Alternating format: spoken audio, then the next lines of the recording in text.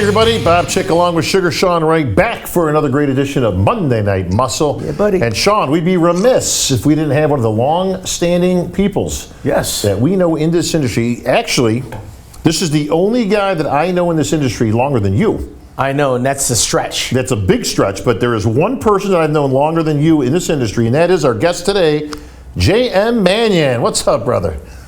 What's up, guys? Good to see you. Yeah, this is calling from the Bat Cave. Bro, it looks like you're in the Bat Central over there in Pittsburgh. That's I had to take those off so I could be a little more relaxed for the interview. Yeah, well, it's good. Yeah, we can see you too, which is good. But as we wax philosophical to the old days, JM, you and I met way back in like 1981 or 2 or somewhere around there. Something like that, yeah. I met Bob in '84 on stage in Detroit. I met JM when his dad was literally putting together the NPC. Yeah.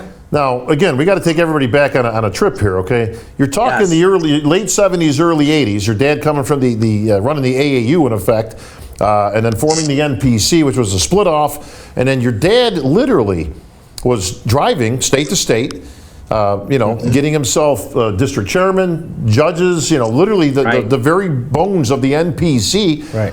And that's when we met, of course, in Rochester or in New York City or somewhere.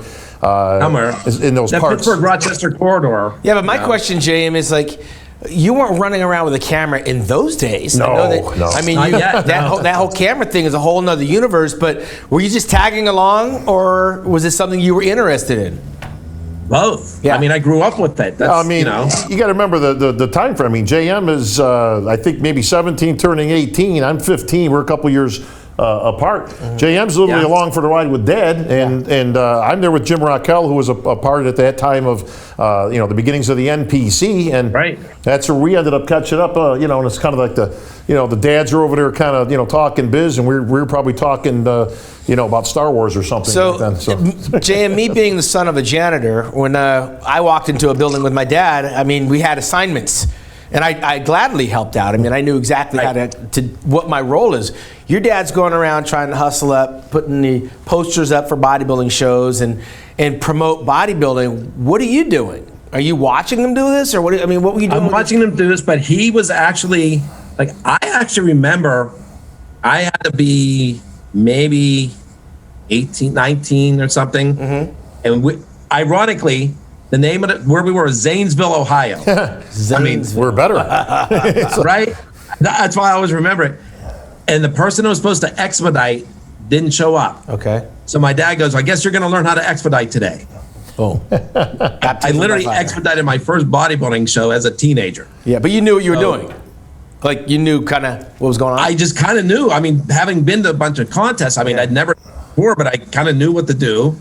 And hustled everybody and did everything, and and then through the years, like at his Pittsburgh contest, I learned everything from expediting to taping the stage. I used to run the music. I used to run the music on dual cassette tapes. There you go. Okay. Yeah. Dual cassette tapes. Kids look that up because you're going. What's we don't know cassette idea what tape? cassette tape. Trust me, you had the backup in case this one. So you learned pretty much everything about the infrastructure. I'm assuming along the way you were meeting a lot of the top bodybuilders that probably didn't even have a name yet, that were working on building their names. Yes, there was no top bodybuilders. I mean, by '82 you had Lee Haney. I mean, it was like I mean, he was the first one to come along, though. Like wait, let me find out, who were you first impressed with? I mean, as a teenager, your dad's around these bodybuilders. Look, come on, we're gonna take you back to the 1970s, to 10-year-old JM meeting current Mr. Olympia, Arnold Schwarzenegger. Wow. Right. Okay. I have the picture. In the middle of his reign, yes. Wow, that's impressive. His Olympia reign. Yes. Yeah, you've got some great old pics. By the way, continue to put those up, because I know you've got a cachet of stuff. But I love, and I know a lot of people do. You can tell by the way they respond. It's so cool to see a picture of you, like with Arnold from 1976, or something like that, or whoever, I mean, from back in the day. Just because it's so nostalgic, and it's such a time and a place. Where bodybuilding came from and where it was going to, and the superstars of that era, very cool. Yeah, like people don't realize that my father has known Arnold since 1971. Yeah, and I remember when we were in Columbus, we had gone over to meet with Jim Lorimer and stuff, and Arnold was there.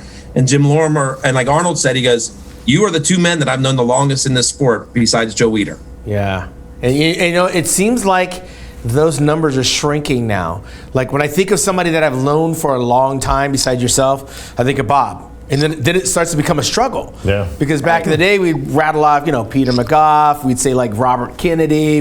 These names would just come to us. And now when something really cool happens, I'm struggling to find the person that I can kind of share these experiences with, because a lot of people fade away. Not that they die off, but they just kind of pull away from the sport.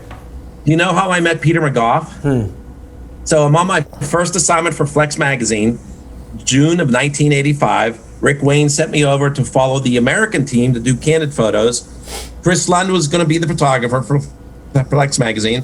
So my dad and I are walking around. It was in Wembley, the Wembley area of London. Yeah. We're walking around, and there's a guy reading a muscle magazine, leaning against a parking meter on the street, and it was Peter McGough. Wow.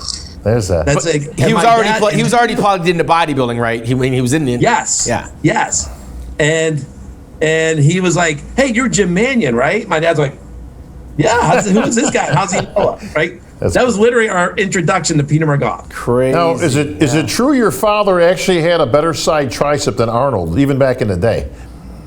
I got to say yes. I got to think say a lot of also, people did, because I don't think Arnold did that shot. He didn't do that shot. That's exactly, with all due respect, Jim, as you're watching this.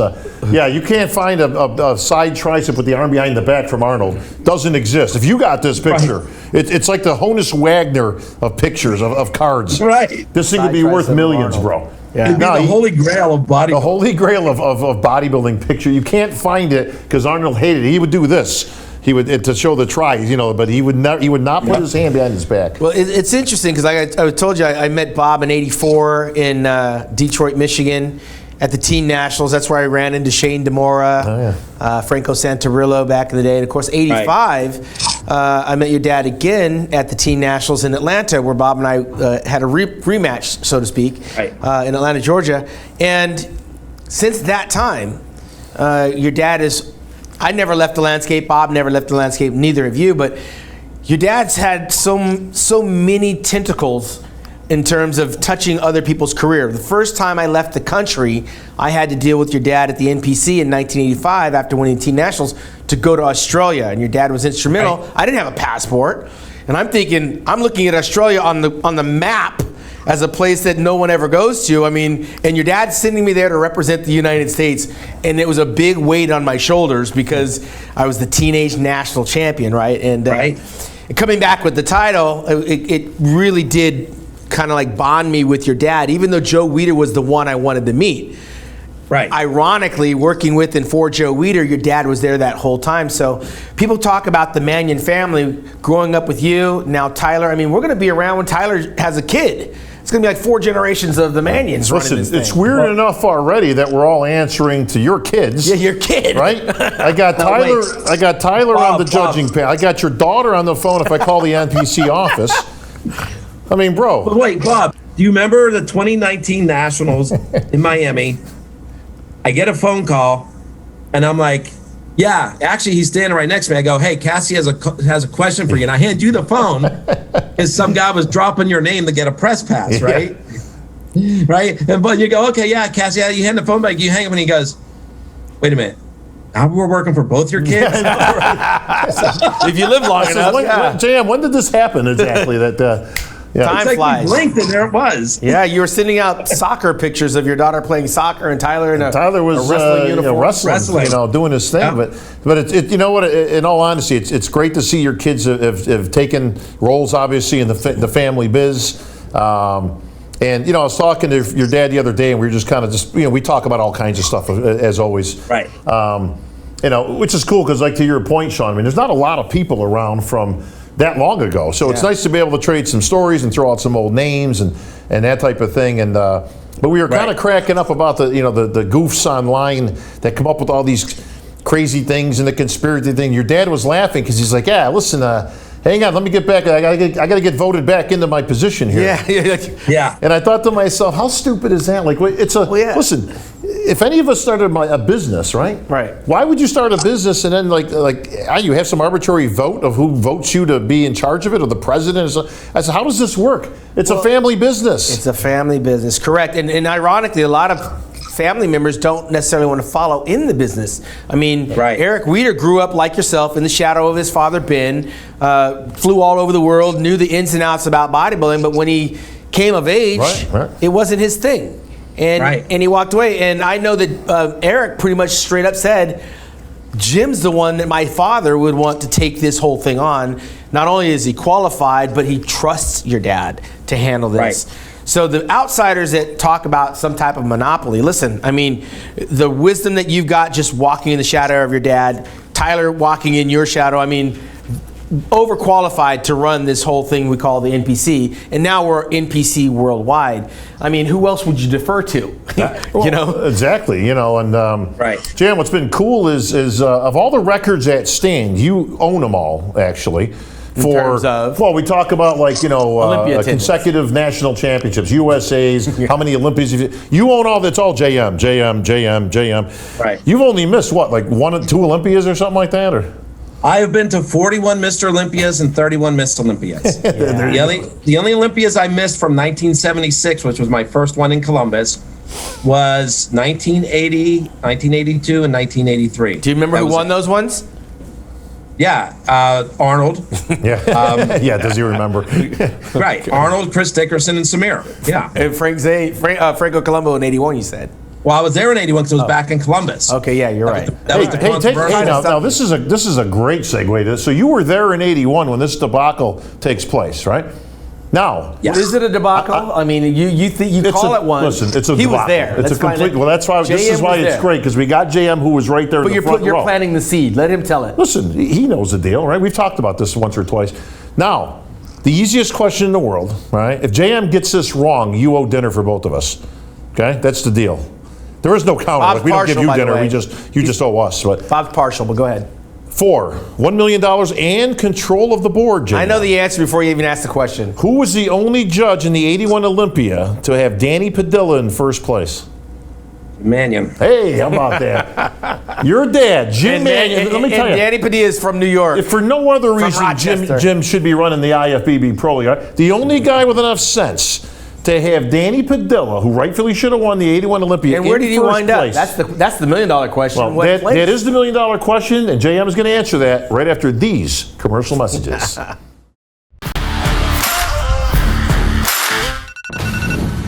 You diet down, train hard, and supplement smart for months. When the time comes to step on stage, don't leave your tan to chance. Go with the pros. Pro Tan. #1 worldwide since 1987 and the official sponsor of the Olympia for the last 15 years. Don't step on stage without it. Pro Tan. All right, back with the man himself in the Batcave, located in Pittsburgh, Pennsylvania. JM Manion joins us here finally at Monday Night Muscle. Now JM. we know. So, before the break, your dad, the only guy with enough sense that he's trying to Google it. He knows exactly the order without Googling. Padilla is in first place according to your father. The rest of what were the rest of these people thinking? You were there.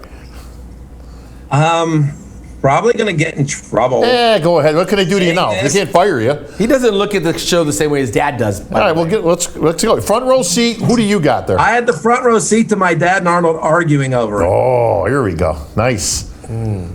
At the Veterans Memorial. Boy, that had to be. Neither one of them are actually judging. Was your dad? No, was his judging. father judged. Arnold is not judging. Arnold's not supposed to be judging. Arnold's the promoter. Right. And then Jim Lorimer are the promoters. So what was the argument? Like what's the argument on Arnold's side? Well, the argument is that Franco's supposed to win. No, but I want to hear the argument. Sean's exactly right. Of course, I'm always right, JM. But for what reason? He was arguing for Franco, and my dad was pretty much telling Arnold how he and everybody else were stupid.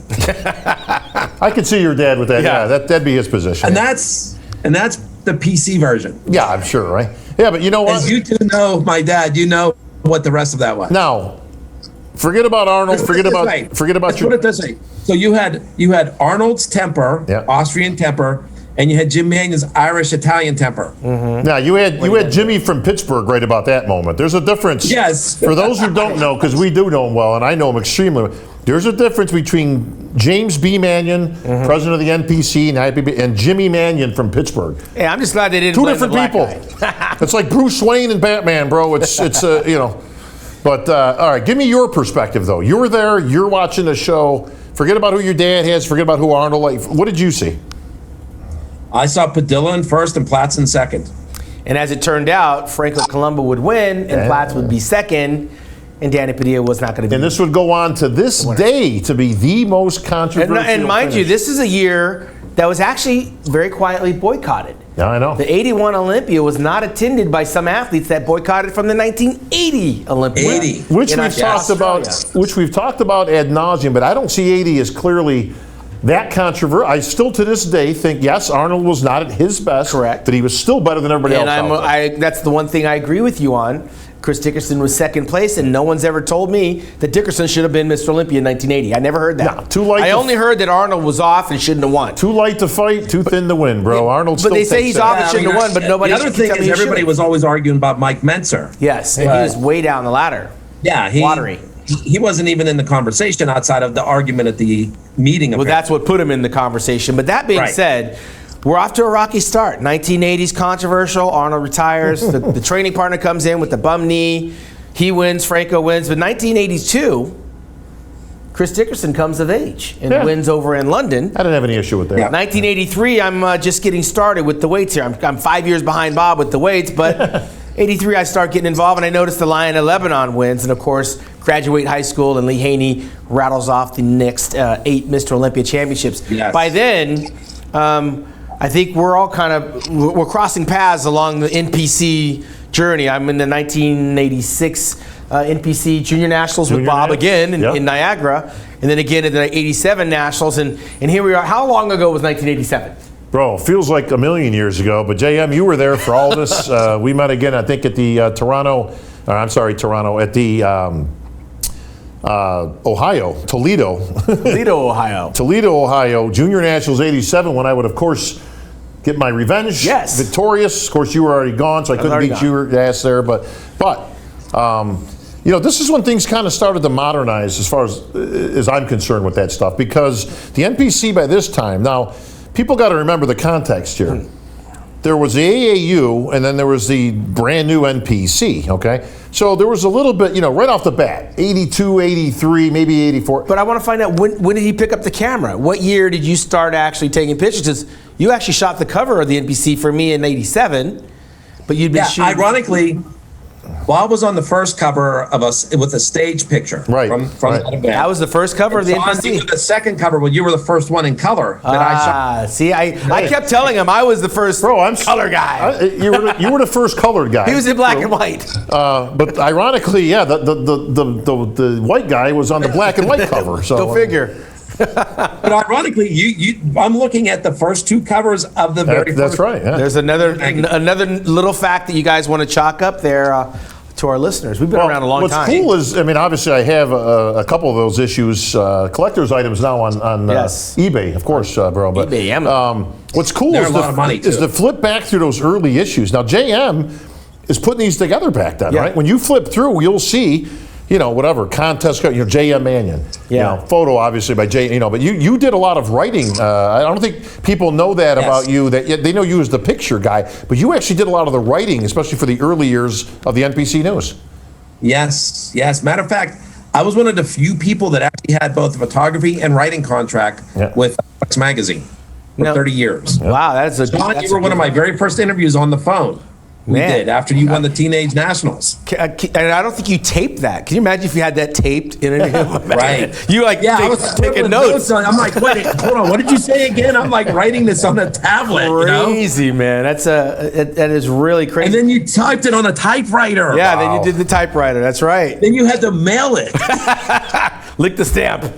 Yeah, Yes. man. And the thing about it is that we actually had addresses that we could put in there for people to actually write us. It's kind of cool to get fan mail. But along the way, there was the start of the NPC clothing wear. Because I remember I used to have them. I actually had a couple of them on my videos. You had a couple of boat necks and some the boat necks, baggy pants. A couple of Zubas, you know. You guys, were you dabbling in the clothing? I know Rico was that, but was he there back then? That was before. Oh no. Yeah. No.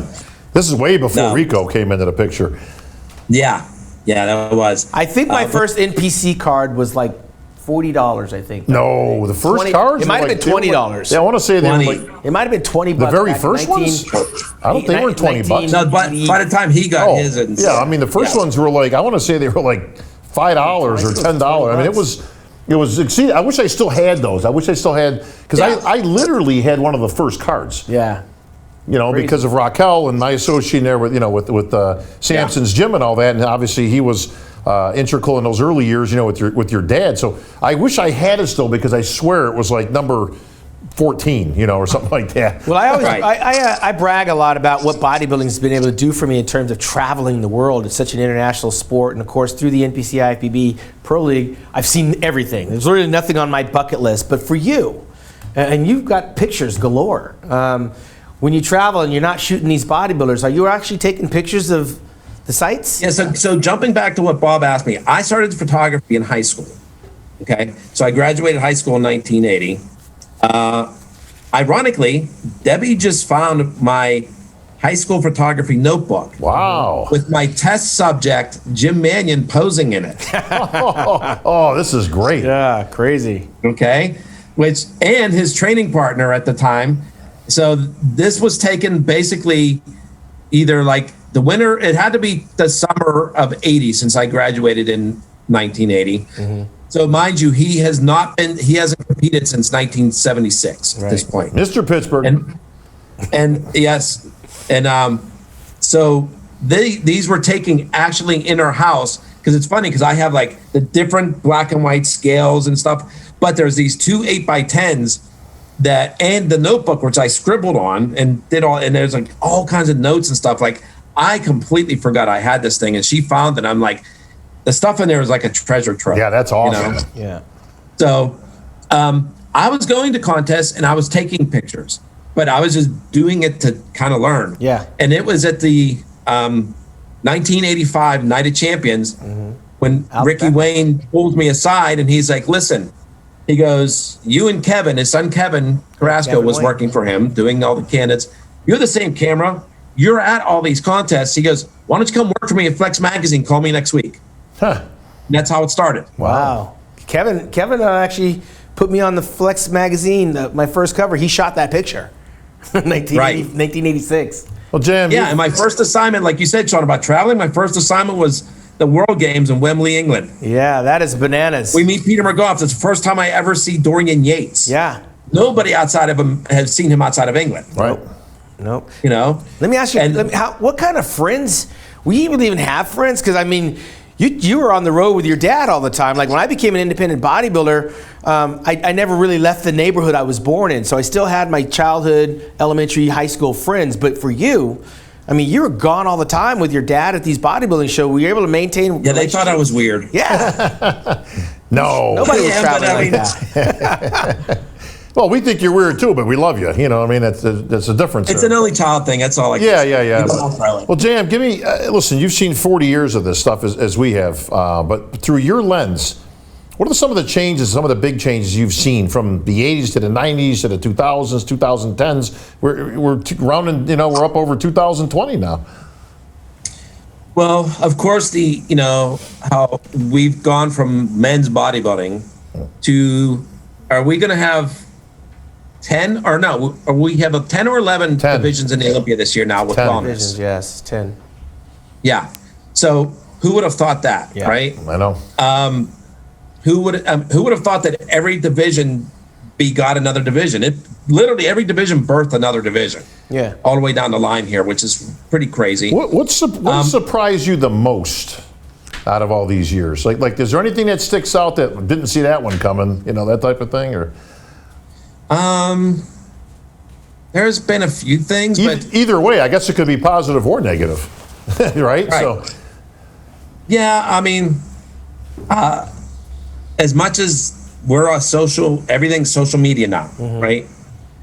But let's jump back, just say 10 years, 11 years. Let's go back to 2010. Social media was not what it is now. No. Now, jump back to 2000. Okay, Bob, we're shooting at the Lexus Park when you won USA. Yeah. Okay, so we're basically 20 years from that. Look at the difference of the way the sport was and the people in the sport to the way they are now. As I always say, and I said this at that seminar in Florida 3 weeks ago, everybody now wants to be Insta famous. Yes, Insta famous. That's the key. Insta famous. Right. That's what it is. And to me, and this translates into, and I've harped on this a lot in the last few months, the 2020 NPC Nationals Champions photo shoot the day after the contest was the worst attended Champions photo shoot in 35 years. Well, the champions were missing? Like they weren't lined up, ready to go? Now, That's the before one thing you JM look goes forward to. I am about as not surprised as it gets. I bet if you had their trophies, they'd show up for the. That's what I do. Take the trophy off of them Saturday night and bring it to the photo shoot Sunday morning. It used to be prestigious. Yes, yeah, it's yes. not to them because they got their selfies. Yeah, they got the It's a selfie. sign of the times, JM. It's not anybody's fault. You can't really fault these kids these days. Listen, they're growing up in a whole different era. Yeah. Than we did, and like you say, when it was prestigious to do the shoot, be on the NPC News, maybe you get a cover, maybe you get a contract. Those days are gone. And you've seen this, progress from zero to becoming prestigious to being the thing to now we're on the other side of the hill. Where, like you said, it means nothing. I think one of the coolest things that was said to me, a couple years ago was from Hunter Labrada. Whenever he won the Junior USA, and then he won nationals to turn pro. And he says to me at the champion shoot on Sunday, he's like, the reason I wanted to do the NPC Nationals, he goes, because I wanted to turn pro here. This is the contest my father turned pro at. My father turned pro in Miami Beach. I'm in Miami, and my father shot with you on Sunday after the show, and I wanted to do the exact same thing. Right. Nice. That's before Lee Labrada was Lee Labrada. Right. Right? It's crazy. 1985. 1985. And to me, that was one of the best compliments I've ever received. Yeah, well, what's crazy is like you're talking to Lee Labrada's son, and now we're talking to your son, Tyler. Well, yeah. Here's a Lee Labrada story. So we're standing backstage at the Olympia last year, and he goes, "Hey JM," he goes, "Would you have ever thought when we were standing on the beach in Miami 35 years ago?" Yeah. And I said to you, "Hey, how about someday my kid's going to be in the Olympia and your kid's judging him?" He goes, "You would have thought we were both crazy because neither one of us were married." Crazy. Everything. Right? He's like, that's pretty cool. He's like, "Can you believe that?" And I went, "Oh man, Lee, that is really crazy." Yeah, I think we're blessed to be able to live long enough to witness that, because along the way, we know a slew of people that are not with us anymore, right? On lots of levels, whether they're journalists or photographers or athletes. It's amazing if we start trying to count up the people that are not with us, how many people missed that journey, and we're still here plugging along, coming out of a pandemic. Yeah. And I think when everything's back to normal, we were on a huge upward ascent with the NPC Worldwide and the shows that were taking off, the inclusion of the Amateur Olympia and all that stuff, and now with Jake Wood, what's happening with the Olympia. Will we get to that pinnacle again? You think it'll be way up and we have to catch why? up? Because in all honesty, my opinion, in 2020, I kept waiting everybody, and I've talked about this with my dad, Todd, we've talked Big Steve, Bob and I've talked about this. We kept waiting for the other shoe to drop. Yeah. Every week. Contest was happening. National shows were happening. We still, at the North Americans, drew in 2,000 people. Yeah. And that was only the second pro qualifier of the season, which was at the end of August into September. And it just kept going. It's like, okay, when's this gonna stop? Because even the contests, because there were so not that many contests in the NPC side, the contest kept growing and everything kept getting better. By the time we get to nationals, then we go to the USA with the Amateur Olympia, and then with the pro contest. People were doing great numbers. It's the health industry really kept going. Yeah, I think we dodged a bullet. Did it skyrocket? No, but it kept going and it didn't drop.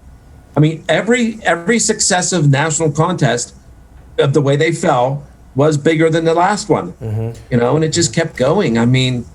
And here, like at the NPC USA Championships, which ended up being after Nationals and it literally 3 days before the Amateur Olympia. Crazy. If you would have told me that in this truncated year that we only had that contest in Oklahoma that started the third week of June, and the season didn't really start picking up until August. You'd have told me in that small span, and we added wellness last year, right? Yep. That at the NPC USA Championship, that there would be more wellness competitors than another women's division, which it was. There was 15 more wellness than there were figure at the USA Championships. I would have lost all my money. Texas, we were headed in the right direction, and we got more to talk about that after this commercial break. We're going to take a commercial. We'll be right back with JM Manion on Monday Night Muscle. People always ask how I got here. I was willing to work just a little harder than everyone else. Every damn day. If I can have hundreds of hours back, you know I'm gonna grab them. Spending hours prepping chicken, rice, and vegetables, F that. I rely on perfect nutrition. I rely on trifecta. All right, we're back here at Monday Night Muscle with your host, Bob Chick and Sean Ray, joined by JM Manion via the Bat Cave in Pittsburgh, PA. JM, I got 3 letters for you. WBF.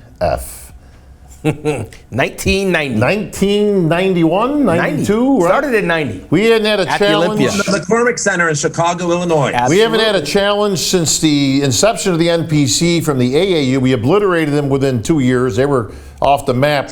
Anybody wanted to be an NPC champion, and all roads led to the Olympia. Right. But Vince McMahon and the WBF would show up in the early 90s.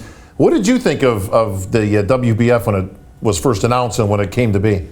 Well, if you remember at that Olympia, the 90 Olympia, towards the end of the contest, they burst through the doors. That's right, yeah. With these pamphlets, their pamphlets. bodybuilding lifestyle magazines, scantily clad girls handing things out and talking about their magazine, and then eventually went to the WBF, and Tom Platz was in charge of it. Yep. And everything, and they were trying to do the takeover. And I remember going to the after party, which isn't like the after parties now. It was basically a huge dinner for the officials and certain guests and everything. And Platz actually had the nerve to show up. Oh, wow. Right? Yeah. Like he did nothing wrong. And Jimmy showed up again too. There we go. So what was Tom Platz thinking? Like, hey, everything's cool. We're just here to compete. He had a ton of money from Vince McMahon or whatever he thought. Yeah. Well, But again, did you watch the listen, it went no further than that because everybody got in and kind of separated it. Right. But I just laughed at the "Hey, Mr. Universe." Yeah, that's kind of I was going to say that's kind of the funny part to that. Did you watch the first one? The WBF? Actually, wait a minute. I was invited to the press conference at the what was the big hotel in New York? I think it was one of the Trump hotels. Probably, yeah, it could be, yeah. Yeah, they had the press conference, and that's when they announced Lou Ferrigno joining them. Remember? Yeah. Who never ended up doing anything with It them. never materialized. Right. So, Right. But anyways, I was actually flown up there, and I don't know what. Before it used to be called Titan Sports. You remember that? yeah, that's right. Yeah.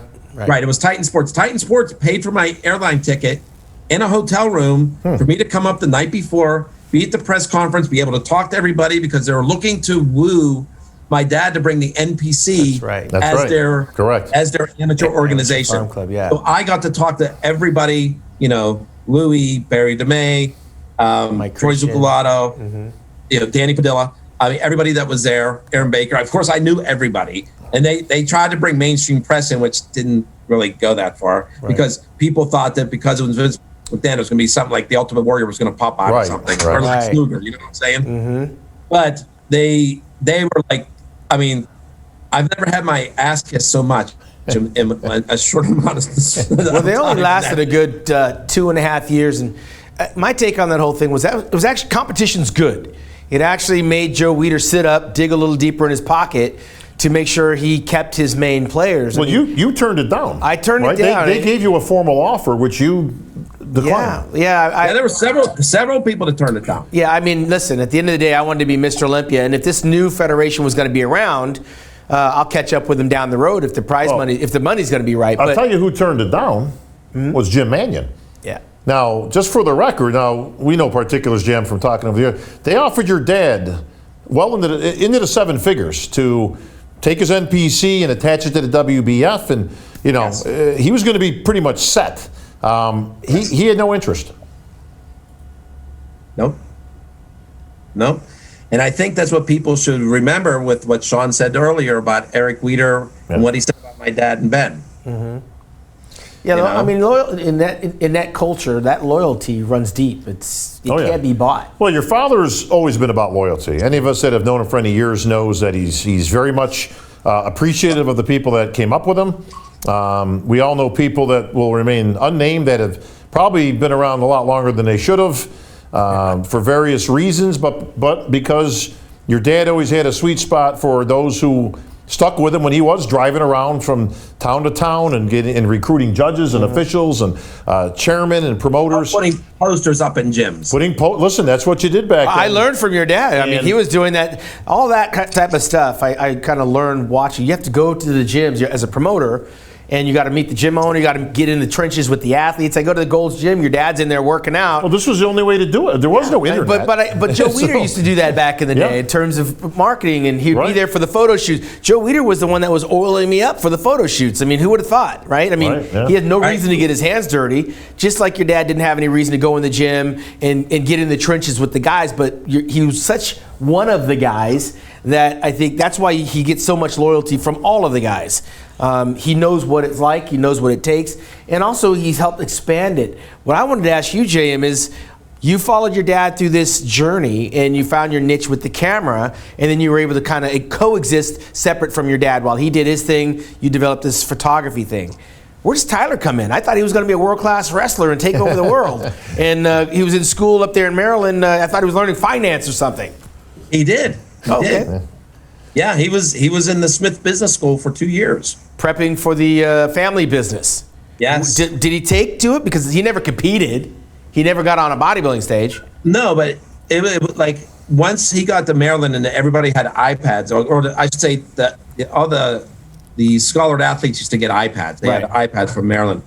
So, and he had a laptop, and he used to watch the contest. If there was something he could watch it on, or he'd wait for the pictures, and then he'd send me what he thought that the scores were. 'Cause he'd look at a lot of pictures that were coming up on NPC News Online, right? And just from his bedroom at his dorm and apartment in Maryland, he would literally, from the pro shows, he'd have everything almost, if 99, if not 100% right in order, not just top 5. He'd do like top 10. Yeah. Here's what I think. Now he's doing this just from pictures and video. So he always took to it. Yeah. He always had a knack for it. Yeah, he had an eye from an early age, because I remember like we'd be at the Pittsburgh at your dad's show, and Tyler would be there with his wrestling buddies, just kicking around, goofing off, having fun. But he would sit there and kind of judge on his own. He had an eye even then, and we're talking like he was like 15, 16, 17. He could pick winners. I mean, listen, that's a knack. You either have it or you don't. Not everybody's a great judge. Some people, they don't have that kind of vision. Some of the best bodybuilders in the world that we know, who were great bodybuilders, can't judge worth a lick. Well, like Debbie, your dad's wife, he would say she'd pick the winner before he did. Yeah. I mean, it's just a matter of paying attention and having the interest. If Tyler wasn't interested in this, he wouldn't be here.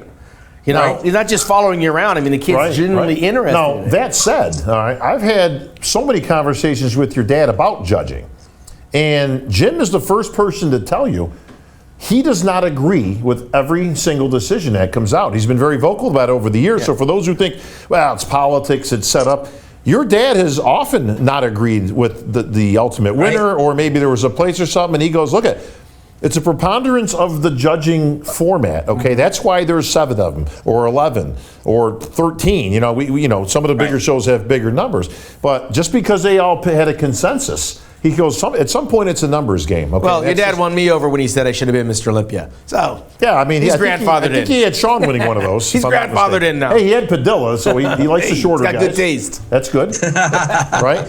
But no, it's a credit to your dad, because again, he may be the guy in charge. It may be his federation. He may be number one, but he doesn't always agree with exactly what they came up with, and I think that's good for all things when it comes to judging. Yeah, what I like to see is how the judges, like other judges, are getting their opinions over to the head judge, whoever the head judge is for that division, whether they're leaning in, leaning back. Like, they want to see this comparison, and guess what? That's their prerogative to see it. The other judges may not want to see it, but guess what? Now those judges might see something. I mean, to me, I said probably the last 3 years or so, I think the judging's become better across the board. And Oh, I faster. think so. It's gotten a lot more expeditious. It doesn't take, I mean, I remember being up there when we had fewer divisions, and I would think, are they doing this just to give the crowd their money's worth? Prolonging this judging on these useless comparisons, but now we have a lot more divisions. The judges got to be on it. You got to, because we got to keep it moving. Yeah, and you both were here at the Chicago Pro in Atlanta. Yeah. Okay, that confirmation of scoring round on Saturday night for the men's pro bodybuilding had to be the longest. What did it end up being? 17 minutes. Oh yeah, by Right? far. And let me tell you And something. and the thing was, almost every single person changed their placings changed from after the prejudging. Well, and you can back this up 100%, JM, because we've both been in position at many shows with this going on. For those of you athletes that are watching this right now, if you do not think that the confirmation round is being scored, we will both assure you, all right, one is JM, as he's in the pit, in the trenches, he can hear what's going on. I'm at the table, I'm at the podium. I've had results in my hand, okay, that I look down at Big Steve or your son or Sandy, whoever, and I get the... Right. Now, that means, hang on, we are still judging, okay? Things might change. The judges have every right to judge during the confirmation round. That's why we have it. So for any of you athletes watching, it is not a done deal, and I can tell you this, at the Olympia this past year, we had 2 divisions that switched at the confirmation round, that it was the other way, and an athlete pulled it out, or an athlete slipped a little bit. And over to the fat lady things, man. You got to battle it out tooth and nail. But this is great. It's great for the athletes. It's great that the judges are speaking looking. of Olympia, let's look at the Olympia pre-judging, the men's physique. Yep. When it was Raymond and Brandon out there, how long were they out there? They were like, Steve says it was 15 minutes, he said. But and it was just the 2 of them. Do it this way, this way, this way, right?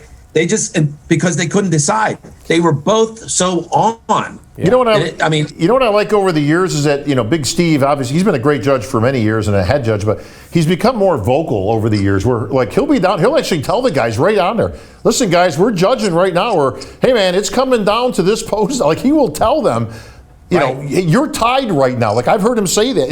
And I think that's great because it's transparency in the judging. Yep. It tells the guys or girls, whatever relax. it might be, that, hey, man, this is for all. That's exactly what he said to Raymond and Brandon. Right. He goes, all right, guys, this last set of poses, this is it. Remember? And you know what good else for the is athlete cool to know that. is for the paying audience, the fans. Listen, you're hearing it from the head judge. He's not holding back. It's not behind the shadows. It's not, well, you'll find out after. Listen, cheer and let your voice be heard, because this is it. And that's kind of cool to see. But, Jam, we're going to have to have you back for another. There's so many years, unfortunately, between the 3. We couldn't cover this in 4 episodes. This is 40 years here we're talking. Listen. We need to make this like the Snyder Cut, 4 hours. Okay. Just Jake, we're going 4 hours, okay? That's a deal. Snyder cut of the JM interview coming soon. There'll be a groundswell coming up on social media this week. We demand. We'll do it in chapters like they did the Snyder Cut.